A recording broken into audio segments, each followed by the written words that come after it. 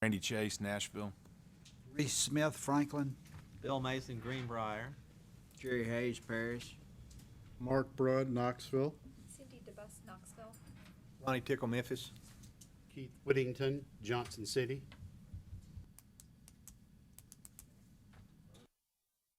Up the agenda. Have a motion?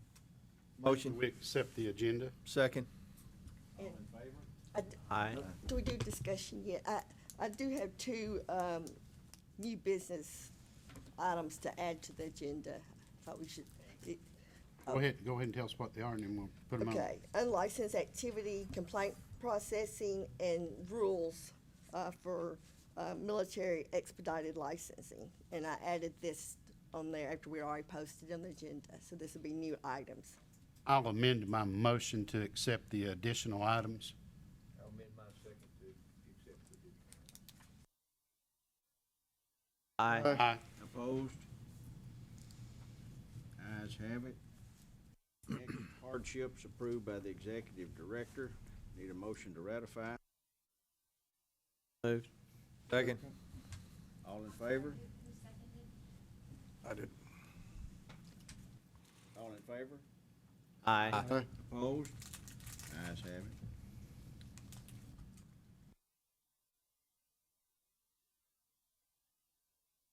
Move to approve.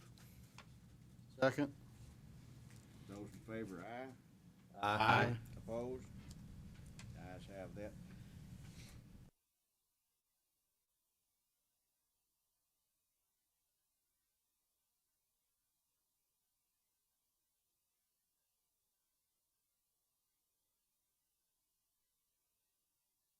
Move for approval of the waived applicants. Second. Those in favor? Aye. Opposed? Ayes have that. Now the interview.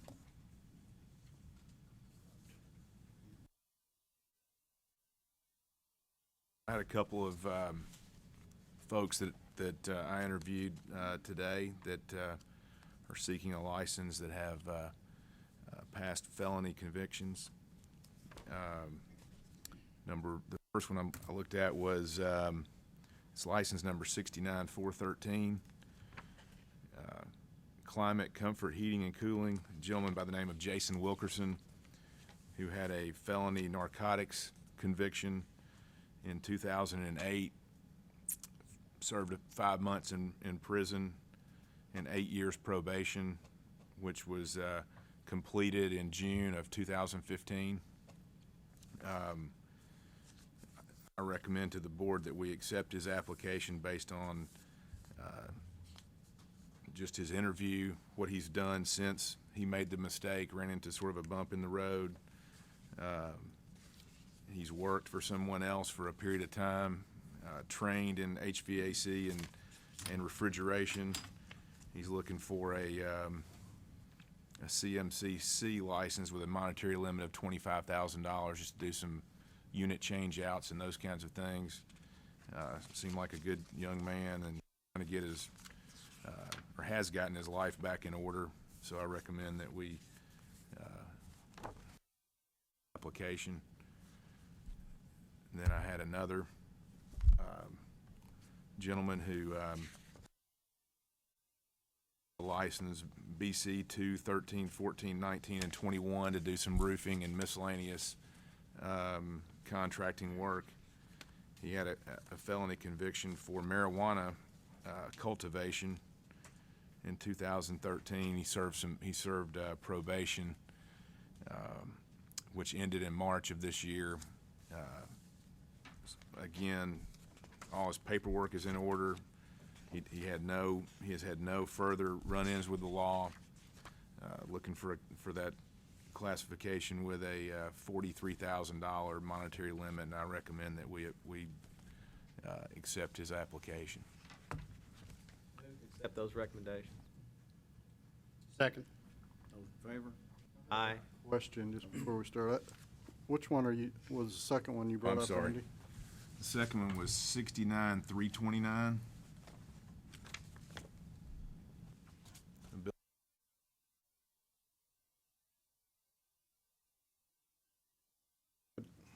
Those in favor? Aye. Aye. Opposed? Should I read the one that?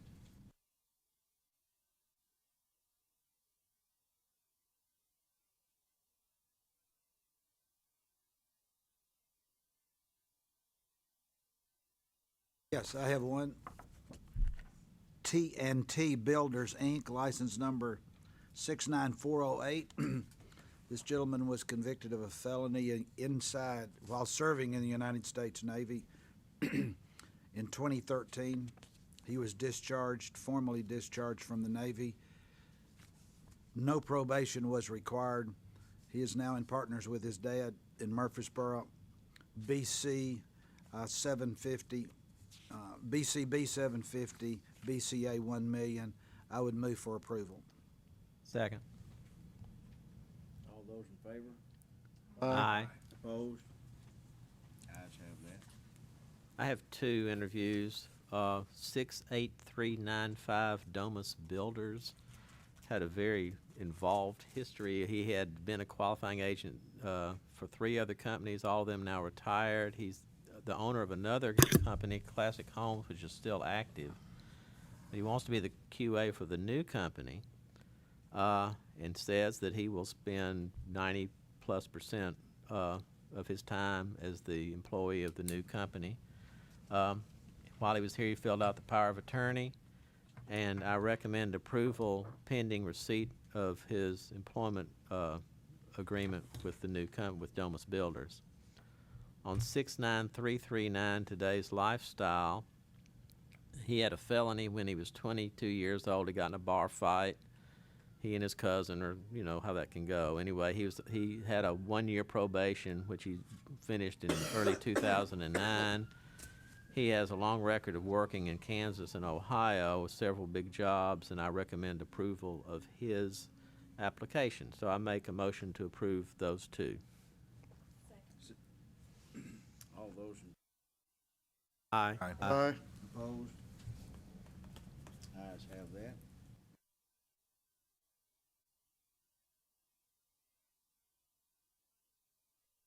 I had one,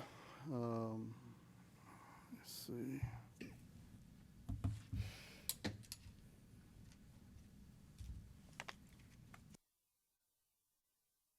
On this list. Is it the next page? Yep, that's it. Stone and Timber.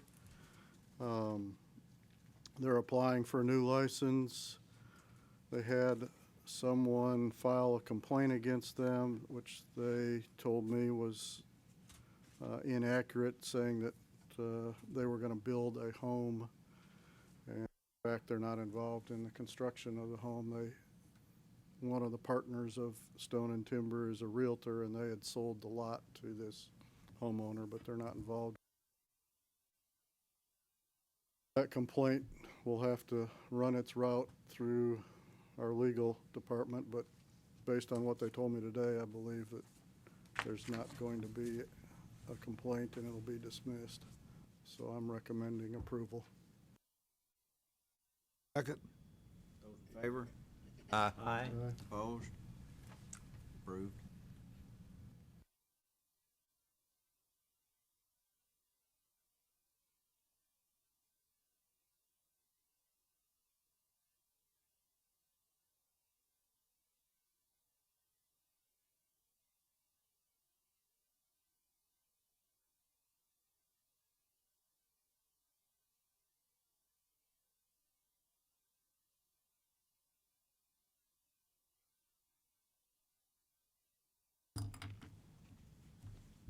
Second.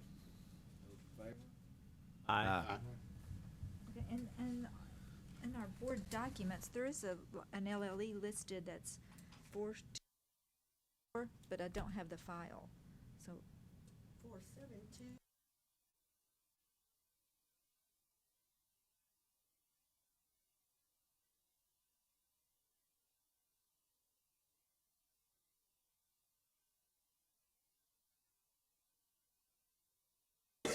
I've got a few. First one is Sharper Impressions, painting out of Nashville. I'd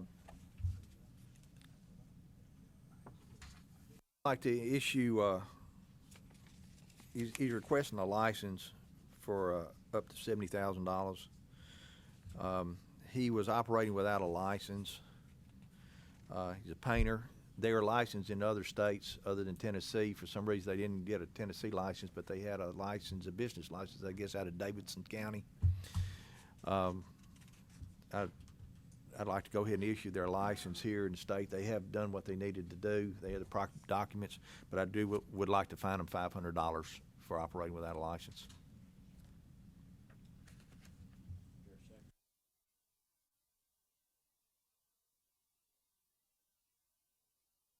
Aye. Opposed? Ayes have it. Then I have a couple more. I have Cooperative Building Solutions LLC, license number 69437. They were going to bid a project, and they found out they couldn't bid a project, so they wrote a letter saying they couldn't bid because they weren't licensed here. They have gotten their license. But due to the fact that they did start the bidding process and they understood, I told them we needed to fine them, and so I said we'd fine them $500, and they agreed, and I'd like to go along with that if that's okay. Motion.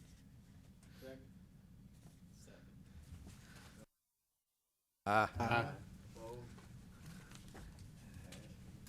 And the last one I have is Right Price Fencing out of Memphis.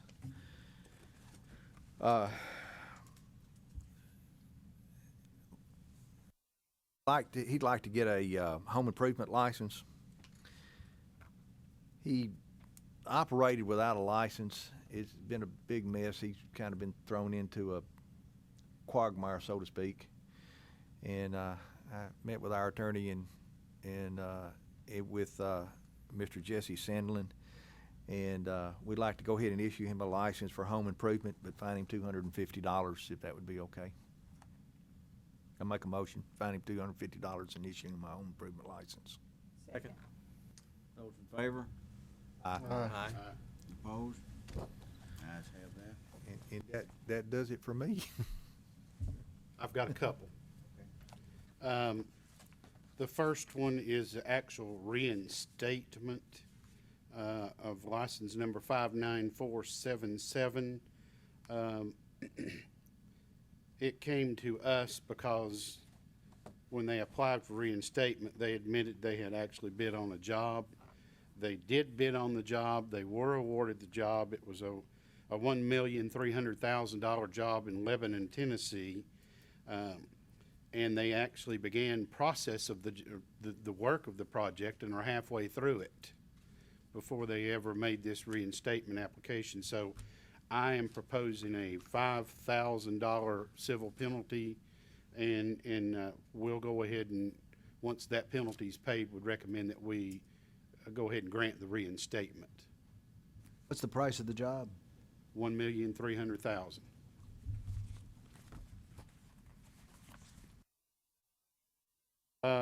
I've got an LLE.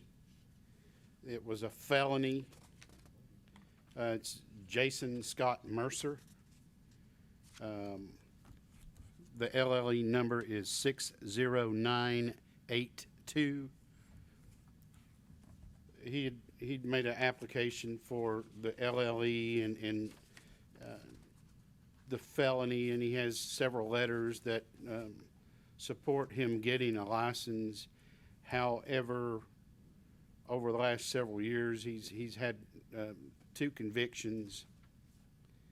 He chose not to tell us what one conviction in Kentucky was for, and although he seems like a genuine person, he's not had enough time. He just got out of prison January of 14, and I don't feel as though he's given us enough time to display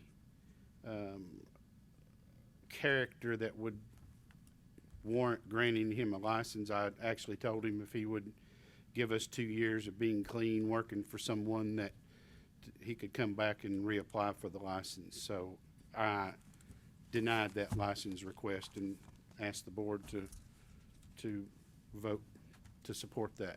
Keith, is that for, from January 1 of last year? It start, you're gonna count that 1 year and now another year, or starting this year and then Today. 2 days? Okay, thank you. Move to recommend those recommendations, or to approve those recommendations. Second. Those in favor? Aye. Opposed? Ayes have that. Okay. Have one revision I need to bring up.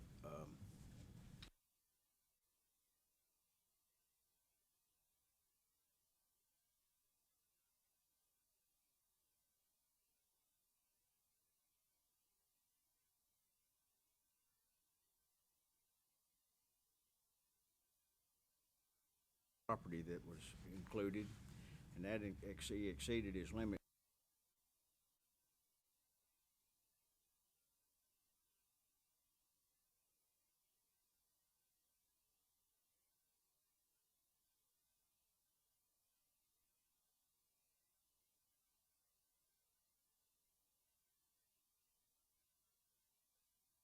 I move that we approve the revisions with that recommendation as well.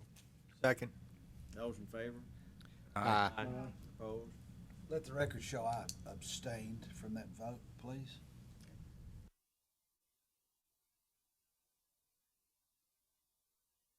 Do we have any?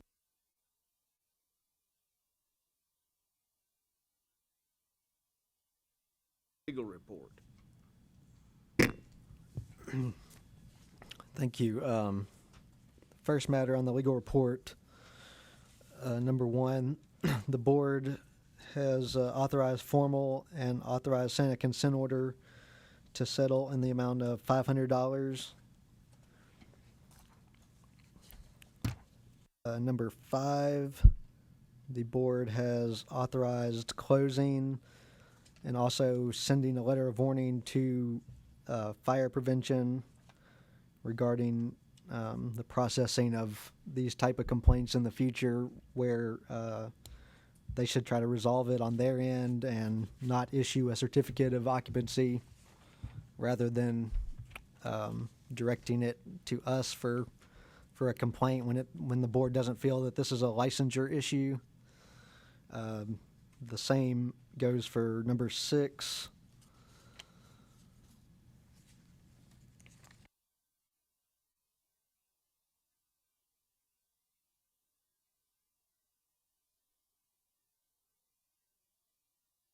Number 25, the board wants to authorize formal and send each respondent a consent order with a civil penalty in the amount of $5,000 each for unlicensed activity. Number 29 and 30 are also fire prevention matters, and they will be closed with letters sent to fire prevention regarding the same. Number 32, the board concurred with council's recommendation with the addition of referring the matter to the DA for possible criminal prosecution. Number 33, the board has authorized a formal with sending a consent order in the amount of with a $1,000 civil penalty for unlicensed activity. On the commercial report, number 1, the board has authorized a formal while sending a consent order with a civil penalty in the amount of $5,000 for unlicensed activity. Number 2, the board has voted to dismiss. Number 3, the board has requested council seek additional information. Number 4, the board has authorized sending a voluntary revocation consent order to the respondent with the addition of sending a $10,000 civil penalty. Number 5, the board has authorized dismissal. And there was one addition on the commercial, which will be added as number 8, and the board has authorized authorized for formal while sending a $1,000 consent order for unlicensed bidding, along with a letter of warning to the company who awarded that bid to respondent. It was unlicensed bidding.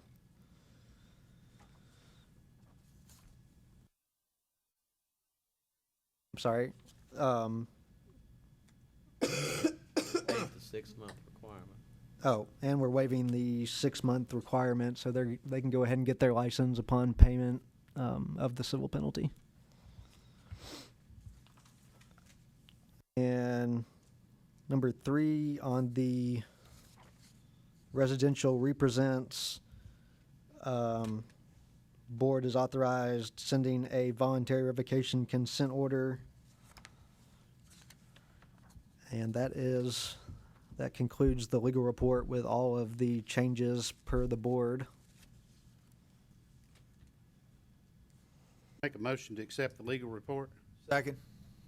All those in favor? Aye. Opposed? Believe the ayes have that.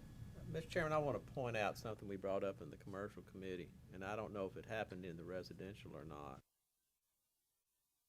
5 in the commercial. Apparently departmental legal is opening complaints based on what people disclose on their application.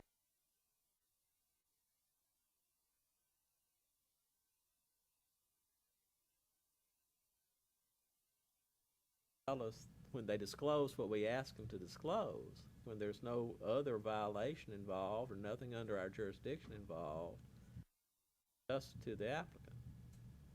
And ask counsel to talk to the other members of the legal team in the department and advise them that we think that that's not an appropriate use of the complaint process, and that they should understand that when they do that, they're going to be just dismissed by the board anyway.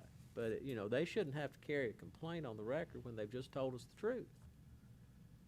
There's no ongoing violation, nothing under our jurisdiction. In this case, there was something in another state under their license, and they disclosed it like we asked them to. And then they opened a complaint on it, and it just doesn't seem right. And so council's going to do the best he can to prevent those from coming to us at all. And if that happens on the residential committee, I hope that y'all do the same. Well, the only time I've ever known it to happen is if it's a direct violation of our state law. Which it should happen then. And in that case, that complaint needs to be opened. But I've never seen one that's opened that come from another jurisdiction or state.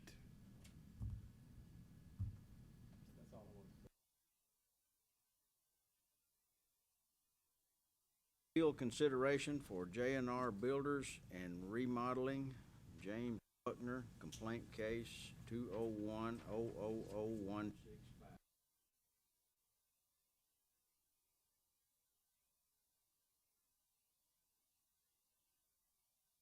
Anybody hear from them? No.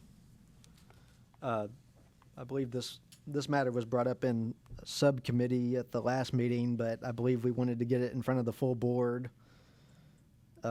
This is a matter, case number from 2010, and I can just read what's on. It was on the legal report for represent, but we wanted to get it in front of the full board.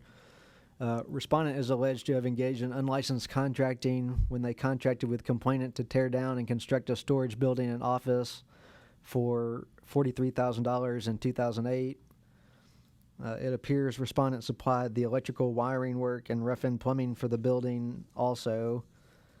A complaint was received in January 2010, and in July 2010, the board authorized a formal hearing with authority to settle by consent order of not less than $4,000. Subsequently, the respondent made an offer to settle for $1,000, which was presented to the board in September of 2010. At that time, the board maintained the original $4,000 civil penalty, and the consent order for that amount was resent to the respondent. In December 2010, respondent signed a consent order for $4,000 to be paid over 12 monthly installments. Respondent did not make either of the first two payments, and the matter was referred to the Attorney General for collection. Respondent made no future payments. In 2015, upon being contacted by the Attorney General's office for collection, respondent indicated that he did not understand what he had signed and has requested that the board reconsider its assessment of the civil penalty in this matter. And my recommendation was to the board that you all discuss it amongst yourselves to determine how to proceed. Have any reasons why why he doesn't think he's guilty?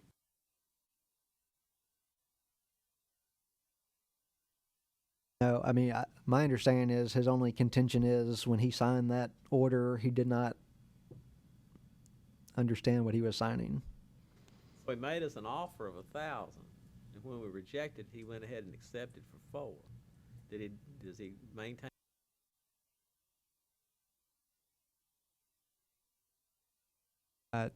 I can't speak to that. I'm just telling you what his contention is.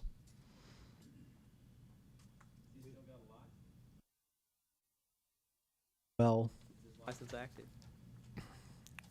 I don't think he ever had one. This is a unlicensed complaint. You have it J&R Builders and Remodeling, but it's an unlicensed company.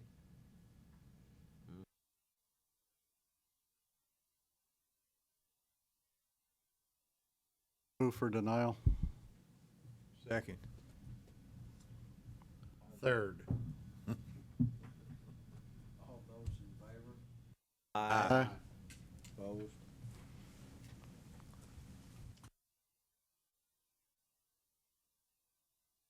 Bid policy. It's a little bit last week, not last week, last board meeting in September, of where an owner could reject the bids, and what the main intent was for contractors not to replace a subcontractor with bid shopping, trying to get a lower bid. And y'all asked to come up with a policy or how to start handling these. What I've come up with is maybe something to put in our FAQs. It just says the prime contractor should notify the board in writing to provide an explanation whenever the subcontractor listed on the bid envelope is replaced and whether all parties, including the owner, are in agreement. That was just something I've that I've drafted. I also received a response from Roger Tudor from AGC, and he suggested maybe either adding a law or a rule, and his is pretty much, it goes with part of the law 62.6.119, where it simply just says nothing within this section shall prohibit the owner's right to reject or refuse any and all bids. So I just wanted to see if you all want a policy or a rule, or if you would like AGC to maybe go to the legislature with a law change.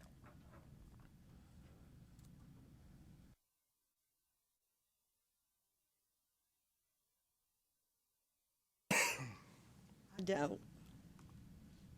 But a rule will take some time too, won't it? Yes, a rule would, but if you take it to the legislature to make a law change, they might make other changes. And, but I mean, what he's offered is really good. It's short and sweet and to the point. But I think maybe we could just combine that with a policy or even a rule, if y'all want to do it by rule, but, or we can just try it with the policy. Can we adopt the policy and then add it the next time we do rules? I think that'd be fine. I think that sounds like a real good idea. Okay, we'll do that then. And do they need Yeah. to vote to Yeah. adopt it as a policy? Yeah, to adopt it as a policy, yeah. So moved. Second. All those in favor? Aye. Aye. Opposed? And then the next time we do rules. Okay. Thank you. Thing on the agenda is a a budget update. Is that right, or did I skip something? Okay. Budget update and to, know how much we have, how much revenue we have right now. We did make our annual transfer, or, I'm sorry, we just made the one-time transfer in September of the 1.7 million, that went to the Go Build. We also, just last week, we signed approving for the 50% of an annual transfer. And this is 50% of the fiscal year balance, and this come to $276,885. I'm sorry, it's $276,885. And then the one-time transfer was $1,750,000, and a total of $2,026,885. So that brings our current reserve balance to $2,048,253, and then the LLE and the LLP reserve balance combined with that, which is $1,668,217. So we now have $3.7 million in our reserve balance. Where are we on the books we motioned on last time? Oh, law books, I talked to the deputy commissioner, I'm sorry, the assistant commissioner, and they said they're denying all requests to print law books. Oh, they came in here and told us we had the authority to spend that money. We can, but we can't purchase law books. So we can spend, well, I don't understand the difference. How could, we can spend money, but we can't spend money? But we can't spend it on law books, and Orwellian system is this. yeah, I explained that, you know, we really needed them, how helpful they were, and the last ones we've had were 2007, and they feel like since it's on the website, that it's all we need. But he did say that he'd be happy to come and talk to y'all about it if y'all had any questions, but. I've got questions. I'd like for him to come and explain it to us. Okay. They've told us, they came in here and told us, oh yeah, you can spend the money however you want to. And then, a little bit of it, it's not like we're going crazy on something. They tell us we can't do it. I'll ask them to come to the January meeting. So, once again, ask somebody to come in and talk about the public service announcements we've been asking. I'll see if I can get the new person has been hired. Her name is Ariel, and I'll have her come in January too and address What's happened on the Go Bill? the Go Bill. It's just now up and going. We just got the money to them in September, so they haven't had any more meetings, but I am on the list to attend the meetings, so anytime they have the meetings, I'll start going. Well, I know Memphis has applied for funds. Oh, have they? The Home Okay. Builders Association has applied for funds. We need to make some rules on Yeah. that. Can we refer that to legal Yes. or to the department or somebody? Yeah, we can ask legal to draft some rules on that. We can. Are they gonna start coming to our quarterly meetings and giving us a report? Yes, he's, Bill Young, of course, he's retiring in December, but he did say that someone would be coming and give a quarterly report. He didn't come this time. I don't know if he's out of town, but he did say there wasn't really anything to report right now since they just now got the money in the bank account.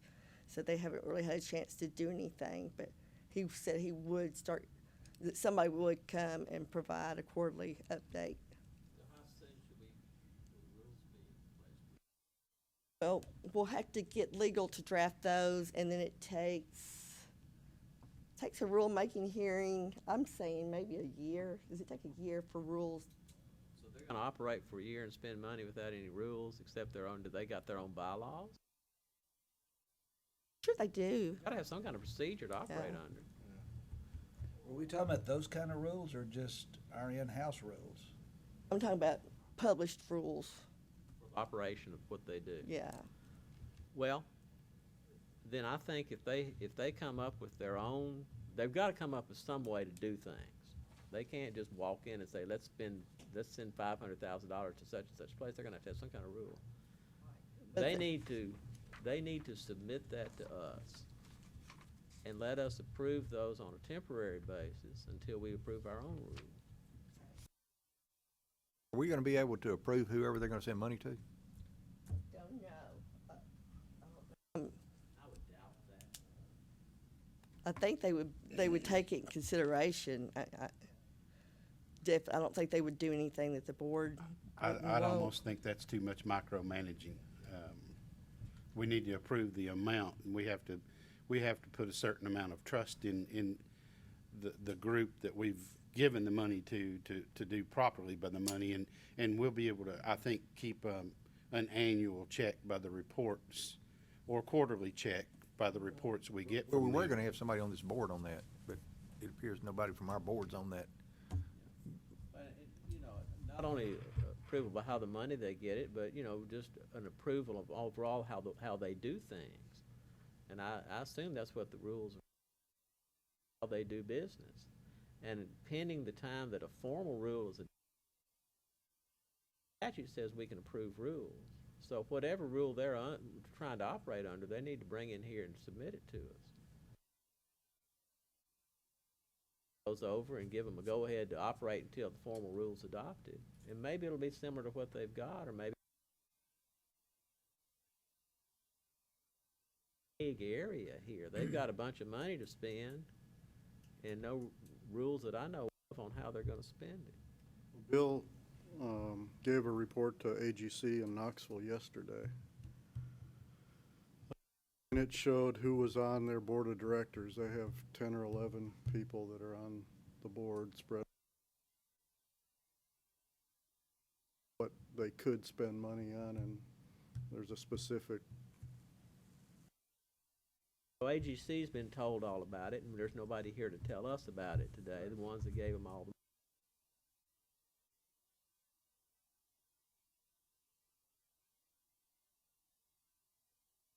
Unless when they did their original presentation to us, Bill, I don't really remember if they had those written down. They've got what their rules and policies are written down that they need to share with us. And when the people give the money, don't know what's going on. Yeah. It's very revealing, but it doesn't surprise me. They might could do that before the January meeting. They could forward whatever that.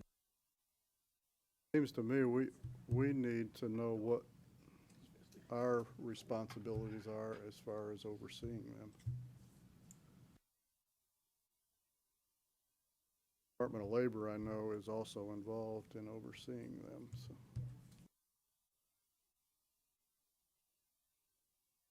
I'll see what I can get from them. I know that, the last meeting they provided, or the meeting before, they provided us a list of their directors, but I don't remember if it had bylaws, but I'll get that out and I'll resend it to you all, and then I'll find out if they have anything else. I'll just put a package together. They should make the same presentation here they did for AGC. We owe at least that courtesy. And again, when I asked him about whether he was coming, I can't remember if it was because he wasn't gonna be in town, but he did say that he didn't have that much to report since they just now got the money. Must have known something. Mark knew something.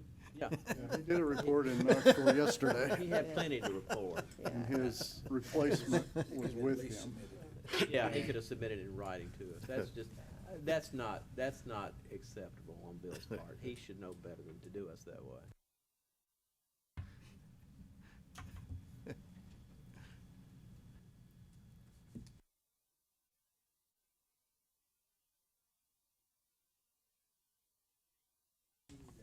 Yeah, did you all get a chance to look at the 2016 meeting dates?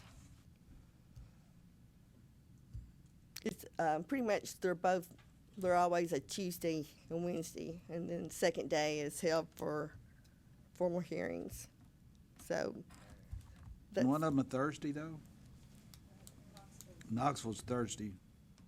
okay. That's fine, but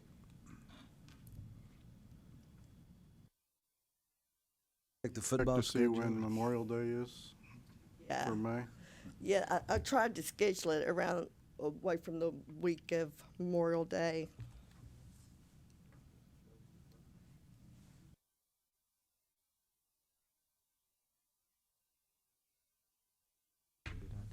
Memorial Day is the 30th, so it's the week before.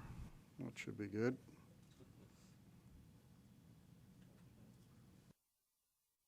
Are we going to Knoxville on Thursday and Friday? Is that when the judge is available, or? I don't know. I'll have to check my list and see why I come up with those dates. Yeah, that probably would Yeah. better check to see if it's a UT football game, because We used to do that on purpose Yeah, and stay over and get a state rate, but On your May meeting, you ought to see when Memphis in May is and see if you can coordinate when Memphis in May is. That's something that could be done, a little side activity while Okay. you're there. y'all want to go to Memphis instead of Jackson? Go to Jackson and still go to Memphis in May. I just throw that out. It doesn't matter. I'm just saying, that's something that gives something to somebody to do. Okay, gotcha. Kind of like last time we went to Gatlinburg and went to see the deer, and there was no deer at wherever I was supposed to go see the deer Bears. at. We have bears. No, I went to see the Bears people too, and they said no, that the bears are in hibernation too. So I made both routes. yeah, that is a Thursday and Friday, the 29th and 30th. Up to Greenbrier and see. Yeah, I bet I was looking at last year's, I think I probably got sidetracked and looked at last year's calendar. Is that when we met last year? I mean, this year? Well, no, this is 2016, the 29th and 30th. Yes, but in 2015, I think, yeah, I think that's 29th what I and did. 30th is Tuesday and Wednesday this Yeah, year. so I'll get that changed to the, are y'all want that? Is that what you, Well, it depends on whether they've got a, UT be the game? 26th and 27th and 8th, I'm sorry. Yeah, 27, 28th, yeah. That's a typo. I had a typo there, so. Thursday and Friday is a fine deal, as far as I'm concerned. It might be harder to get a hotel room if the Vols are playing in town. Not if the state makes a phone call. Who with the state do you know? It appears it doesn't do any good, who you know, around here. No, no. So September, what are the dates for September? Do y'all wanna leave it, do y'all wanna leave it for Thursday and Friday, or y'all wanna do a Tuesday and Wednesday? I just soon leave it Thursday and Friday myself. Okay, I can leave it Thursday and Friday. I'll Fine see what either the way. hotel, But I don't care. It doesn't make any difference. okay. I'll check on that.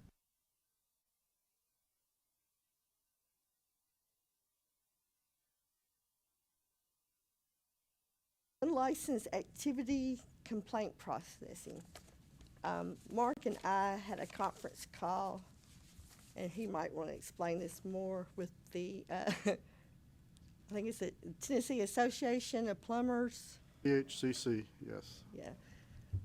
And I've met with them before, but basically, they're really concerned about unlicensed activity, and whenever they do report it, that it takes us so long to do anything about it.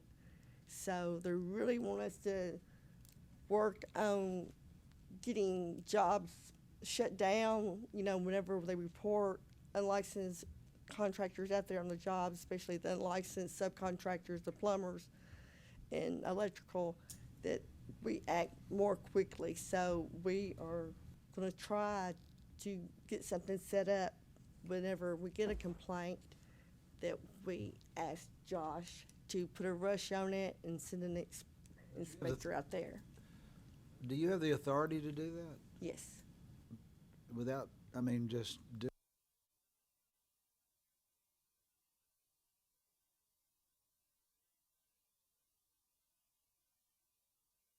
We have the authority to shut it down. Don't you, as the executive director, have the authority to temporarily suspend The citation, with a citation? yeah, but I'm not gonna do it unless I check with the board chairman or, Well, right. yeah, yeah. But I mean, you could find out today and do that tomorrow. Right, My understanding, Reese, it. is the Just do it. process is, we get a complaint in, it goes to legal.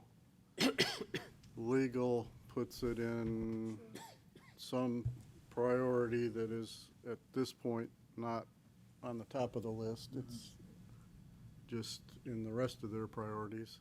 By the time they get to it, the job might be already done. Asking legal to put any complaints like that they get to the Who top of their handles the list. initial complaint? dealt it. Then shouldn't the policy be or that Delta hand that complaint to you Right, and that's, first if it's unlicensed, ongoing unlicensed right, activity? and that's what we need to do. I just need to change our processing and make sure we flag it to Josh that this, needs immediate action. Josh is also involved in getting an inspector to go out, right? Right, So we need Josh to help you get an inspector to go Right. investigate. We're not just limited ourselves to plumbers and electricians and stuff. If the builder does something, we're gonna shut that job down, right? Yeah, I mean. I just it- wanna be th- sure. That's what I've been pushing for a long time. Being Yes, able to tell Car- us if those guys Carolyn unlicensed, has- shut them down. Yeah, I mean, Carolyn has the authority to send the citation. I think that right now, I was discussing it with her the other day, I think right now we have to get a form, don't we? yeah, I mean, because for a while there, we weren't doing citations, and I think that the forms that we were using are outdated. So now we have to draft a new form, and it has to go and get approved. So this is something that we're working on collectively, but, it has to Problem go. with the old form. it's, with the new law, it's, it can be uncontested and you don't have to have a formal hearing. So we just need to make sure on the new form that we relay that information and let them know, hey, if you don't respond, you've got to pay the fine. Board approve that, or do you have to get, I mean, if you knock that out next week and send it to the board for approval, then you'd have the right paperwork? Still has to be approved, I guess. I think forms have to go through someone. I mean, we could do it by letter. What other forms have to go through? Don't we we approved our own forms about the guarantee agreement? Why can't? We probably weren't supposed to. Why? Well, I mean, all the forms are supposed to be approved by the Department of General Services, so why? I said, oh my. Oh. Yeah. But we've sort of compiled that with the new license application, so. But that I mean, has been I'd get approved. it going. I can understand you'd want to talk to the board chairman and maybe somebody else in the area, so you wouldn't. Right, I mean, I don't want can to shut a understand job that. Well, down. we ought to be able to do that in 48 hours or. Right, and we've done that. Usually, Yeah. I pick on Mark. If it's a commercial job, and he's real good about, saying, yeah, a license is required, and, giving advice, and we've done that. It's just, I think need to change my process in the office so that we flag these to Josh and they don't go through the usual yeah, I way. mean, I was gonna say, we typically, when I get those on occasion, I do try to rush them through the investigation/inspection process. Well, yeah, we can't, our inspectors are contracted, and I don't know that they go out in 48 hours because they're booked up usually. So the 48-hour thing is a little difficult, but we can get an investigator out there quicker than an inspector. But I typically do try to get those on the fast track whenever I do get like an email or some kind of notification from Carolyn.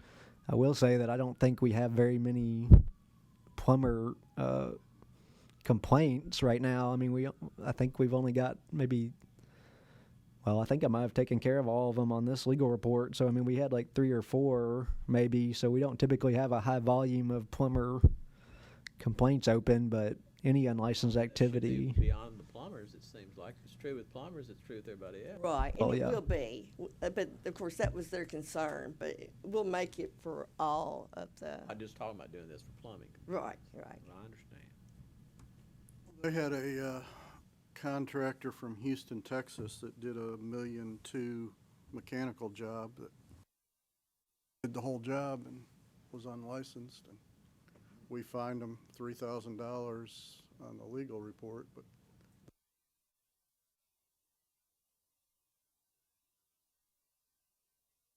figure out a way to quickly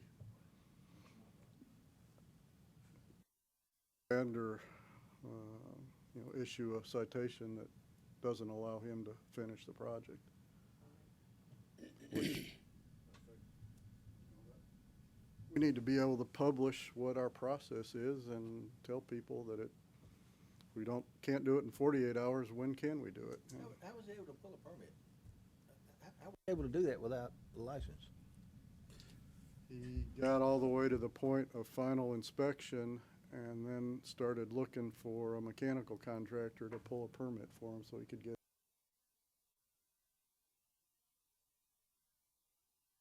And when the inspector went out there to do the stop, yeah, it was And done, they couldn't find it. This one I had today, it was mechanical, and it's a $1.3 million job. The general contractor pulled the permit. Because he had an unlimited license, I guess, something like that. But he subbed it out. And that's the thing, some municipalities, They don't even issue permits for that. they don't. So So it's kind of hard for us. We're in a catch-22 because I've gotten the calls from PHCC just like Mark has. It's an ongoing complaint with them. They seem to be the ones that bark the most. Is the trouble coming from the counties that are not having to be licensed? I mean, we got 8 or 9 that have to have a license, or This is Lebanon. So no, I wouldn't think so. some of the remote municipalities, they get a $5 permit from the general and they don't even issue electrical is inspected by the state electrical inspector, but Right. there is no state plumbing. People that are issuing the permits, they're only paid $5, and a lot of times, they don't even turn it into the state to get reimbursed for that $5. So it's hard for the fire marshal's office to tell them, don't issue this permit unless you check to see if they're licensed and make sure who that person is. They said, there's just no way they can do that, and especially if they're not turning them in to get reimbursed. They're doing it for free, so it's I guess bad as far situation. as the licensing board goes, though, I think that we need to know what the process is and how long it takes from the point somebody.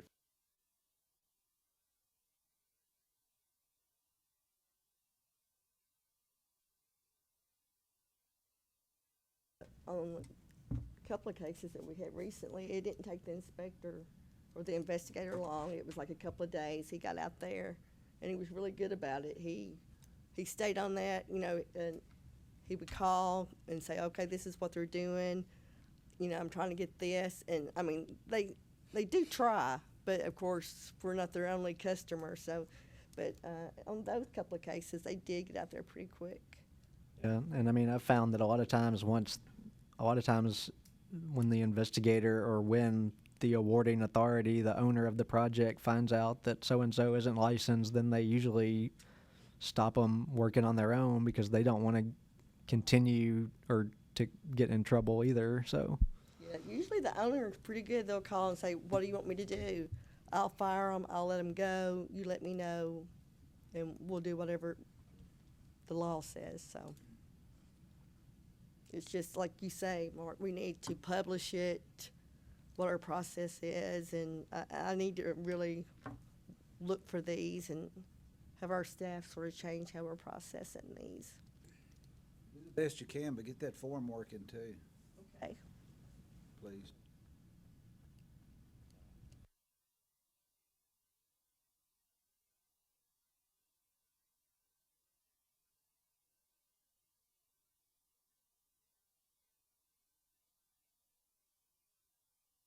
Got it.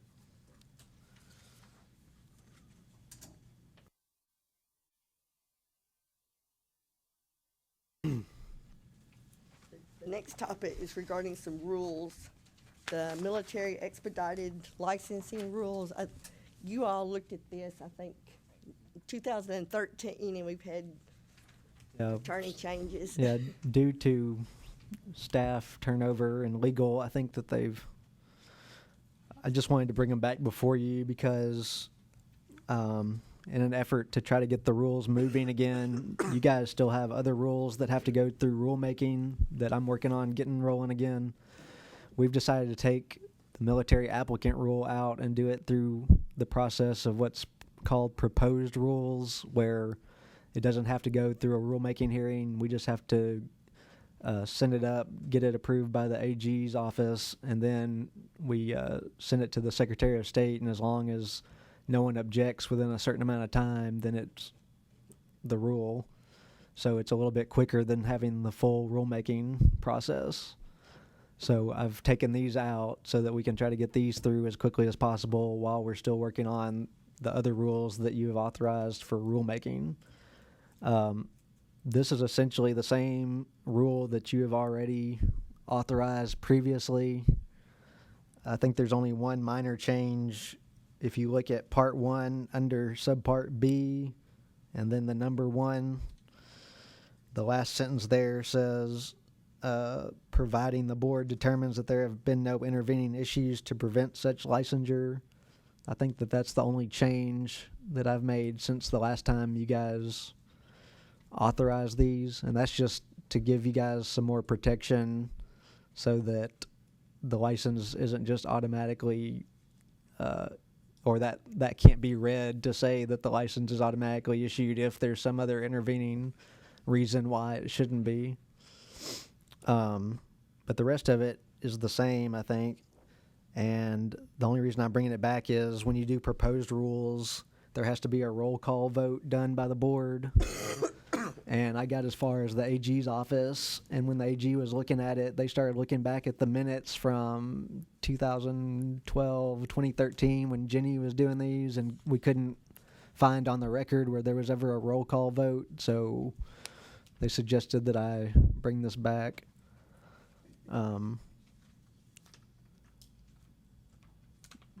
Mr. Chairman, I'd like to make a motion that we propose this rule as it's changed and corrected, and that we do that with a roll call vote. Second. These proposed rules as they've been corrected. Start with the roll call vote to my left. Randy Chase. Reese Smith, Yes, approve. Bill Mason, Yes. Jerry Hayes, Yes. Mark Brudd, Yes. Cindy DeBusk, Yes. Ronnie Tickle, Yes. and Keith Whittington. Yes. Thank you.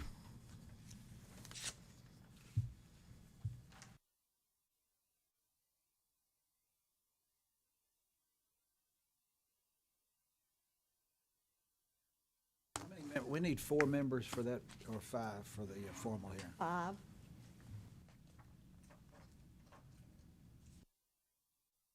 I can be here tomorrow. I mean, there's 3. If some of you folks from need to get home or whatever. Jerry, are you here? I can be. We're pretty sure it's gonna happen. Yeah. It looks like I'm gonna be everything's here going. anyway, so. All right, good. You've worked overtime anyway. You're gonna leave now?